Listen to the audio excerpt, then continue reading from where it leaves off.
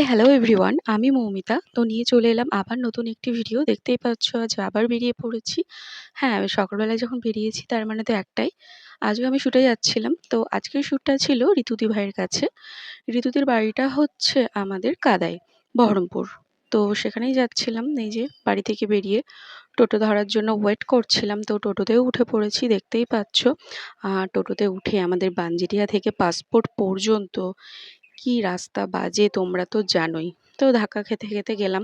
তারপরে পড়েছিল রেলগেট, আরও লেট। মানে যখন তাড়াহুড়ো থাকে লেটের ওপর লেট হয়, তোমরা তো জানোই। তো এই যে ঋতুদির স্টুডিওতে আমি ঢুকেও পড়েছি আর মেকআপেও বসে পড়েছি। আর আজকে আমার যে মেকআপ করছিল একদমই একটা বাচ্চা মেয়ে, কিন্তু ও কিন্তু দেখো ফার্স্ট টাইম কাজ করলো, কি দারুণ করেছিল লুকটা।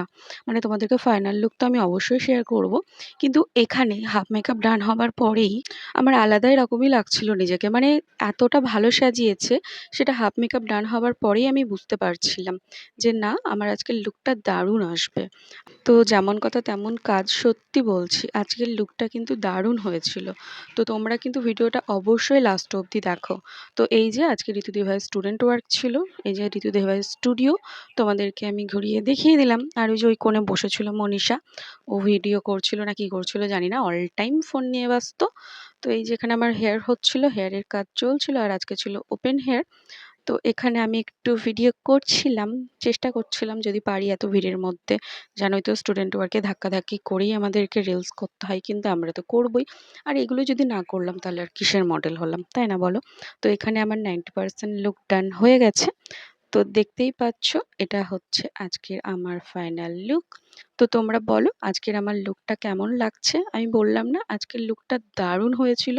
সত্যি বলছি লুকটা কিন্তু সামনে থেকে অসাধারণ লাগছিল। ফোনে কিন্তু এতটাও বোঝা যায় না। আর এটা যেহেতু একটা অ্যান্ড্রয়েড ফোন, সেখানেই তোমাদের এতটা ভালো লাগছে, তাহলে তোমরা গেস করতে পারছো অরিজিনালি লুকটা কেমন হয়েছিল। সত্যি বলছি জাস্ট দুর্দান্ত। ও ফার্স্ট টাইম কাজ করেছে, আমার কিন্তু একবারও মনে হলো না। মানে ওর হাতের কাজ সত্যি বলছি খুবই ভালো। তোমাদের যদি ওর কন্ট্যাক্ট নাম্বার লাগে আমাকে বলো, আমি শেয়ার করে দেব। ওর নাম হচ্ছে দেবিকা। তো দেবিকাকে আমি এটাই বলবো, তুমি অনেক দূর যাবে, এগিয়ে যাও। তোমার কাজ কিন্তু নিঃসন্দেহে খুবই ভালো। আর ঋতুদি ভাই তো অবশ্যই সবাইকে হাতে ধরে ধরে সুন্দর করে কাজ শেখায়, তোমরা তো জানোই। আর ঋতুদি ভাই এত সুইট মিষ্টি, কি বলবো।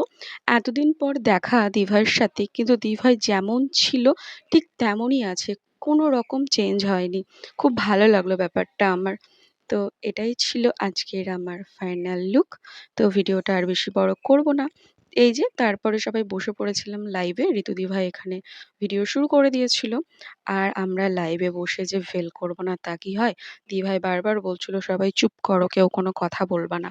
কিন্তু আমরা একদম ফিস ফিস করে আস্তে আস্তে কথা বলছিলাম, যাতে ভিডিওতে না শোনা যায়, আমাদের কথাটাও বলা হয়।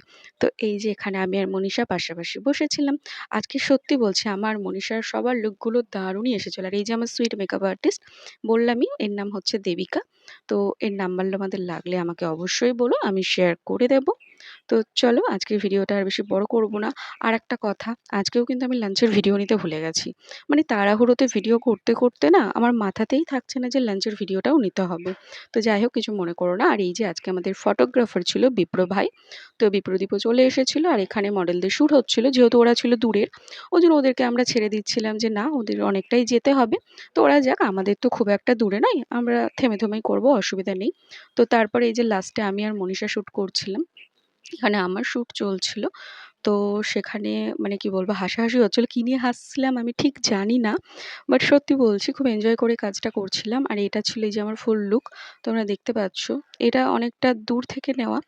আর ভিডিওটা খুব একটা ভালো এসেছে বলবো না, কারণ কোয়ালিটিটা খুব একটা ভালো নয়। তবুও তোমরা যেটুকু বুঝতে পারছো লুকটা কেমন। যদি ভালো লাগে অবশ্যই কিন্তু জানিও। আর একটা লাইক কমেন্ট শেয়ার করো, কারণ এই ভিডিওগুলো করতে আমাদের কিন্তু প্রচুর পরিশ্রম হয়। সেটা তো তোমরা বোঝোই, তাই না?